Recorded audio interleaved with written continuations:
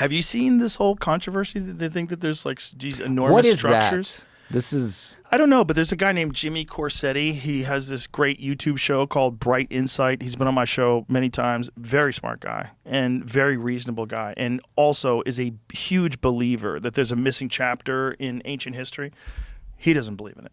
He thinks it ignores something that everyone knows. There's this enormous water table that's underneath the pyramids. So the pyramids, there's water underneath the pyramids, and Mr. Beast apparently, on his YouTube thing that he did with the pyramids, went into the water. So they were all in the water, splashing around the water. So this water table, So underneath the pyramids, there's water that flows. That and it's been there for like unstable to me. Yeah, they in should my have thought engineering mind to talk to you before they built that 5,000 years ago. Was it 5, 10? It's probably more. It's probably a lot more. If I had to guess, I think they're wrong. I think the hieroglyphs that are on the wall that depict pharaohs leading back to 30,000 plus years is probably accurate. I really want to know how they built those. I think those, you see some of those stones are so, I don't believe aliens or I don't believe that happened. I think people built that.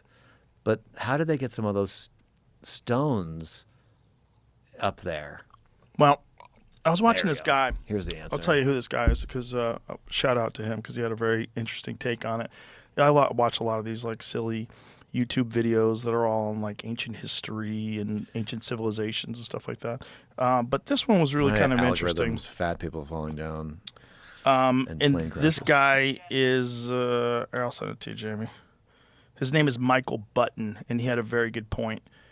And his point is that there's this linear path between like cave person and what we are today.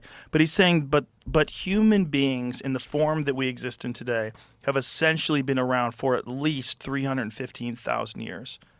And there's all these large height, like peaks and dips in the historical timeline of the temperature of the Earth. And in these peaks of temperature, you have all this growth and change, and then you have ice ages, and you have drop-offs, and then there's cataclysms and natural disasters, and he brings up the volcano eruption, the Toba volcano eruption. But what he's essentially saying is human beings in this form, with the minds that we have existed for 300,000 years. Okay. With the capacity. But yet, only over the last few thousand years have we seen all this progress. And he thinks what he's proposing is if there was a super advanced civilization 100,000 years ago, there would be almost nothing left. So we're supposing that what we find is all that's ever been. What he's saying is if you imagine 200,000 years of development of technology, of tools, of agriculture, all the different things that could have happened in those 200,000 years, that you could have had an insanely advanced society 200,000 years ago, and then it gets completely wiped out, and then 115 to 150, depending on who you ask, 1,000 years later, you start seeing what we've seen in the last few hundred years. Okay, I'm going to push back on Please that. do. Wouldn't they have some metal? No, all they would have. Steel? But this is what he's talking about. When you have enormous spans of time, all you have left is stone. You have rocks. That's Where does really steel go? Just disintegrates. It all goes away. It all just gets absorbed by the earth. Like when you know, there's very little metal that is gonna, like any forge. Like if you have a knife and you leave that knife under the ground, just the earth will erode it. You know, a few thousand years, it's gone. Just so they probably had combustion engines. Here, look at steel takes approximately 50 to 500 years to decompose, depending on the type of and environmental conditions. With stainless steel potentially taking over 1,000 years. So just imagine something that's 100,000 years old. You got nothing. There's nothing left.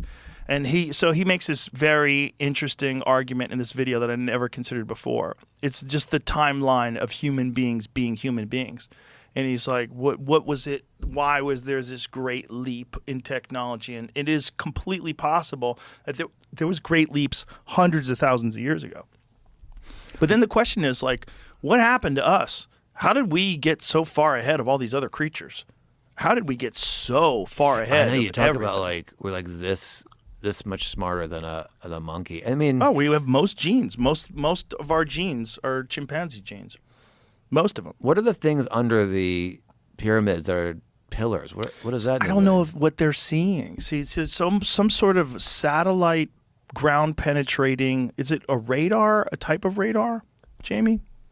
What are they calling Come on, Jamie. So what are they called? they have these images. The problem is also these guys are Italian, so they're saying it in Italian.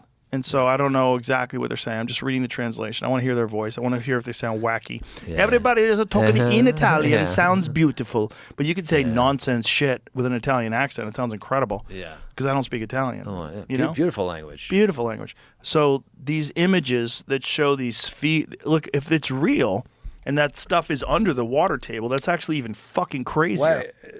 Explain the collected acoustics from deep in the ground, including seismic waves, noise from human activity, and photon interactions to map newly found shafts and chambers that extend more than 2,000 feet below the surface. Biondi said these waves were collected by radar, specifically by analyzing Doppler centroid abnormalities, shifts or distortions in frequency patterns used to detect underground structures or changes. However, Professor Lawrence Conyers, a radar expert at University of Denver who specializes in archaeology and was not involved in the study, still raised doubts. He said photon interactions, this is science fiction, and frequency shifts of what? He said we now have 3 different energy sources moving around: radar, electromagnetic, sound, seismic, and light photons. This is all gobbledygook. Sounds like he didn't get invited to the party. I heard that guy's a furry. No, I didn't really know that. I made that up. I'm sorry, sir. But show me the images of what they believe that they've found, because if it is a real thing, if you really do have these, I mean, the 3D images, like they really stepped out of line and drawing it so clearly. Yeah. Like that's not what you see. You're honey dicking me. But they gotta dig. But if it is under the water table, that's even crazier. So if they're using the water, if the pyramid, there's a guy named Christopher Dunn that believes that the pyramid is a gigantic electrical power plant. Oh, yeah, like a Tesla coil kind of thing. Yeah. And then the needles. So if they're using the water for energy and they actually have these columns that extend into the water, that's even crazier. That's an even more advanced civilization than just building these columns.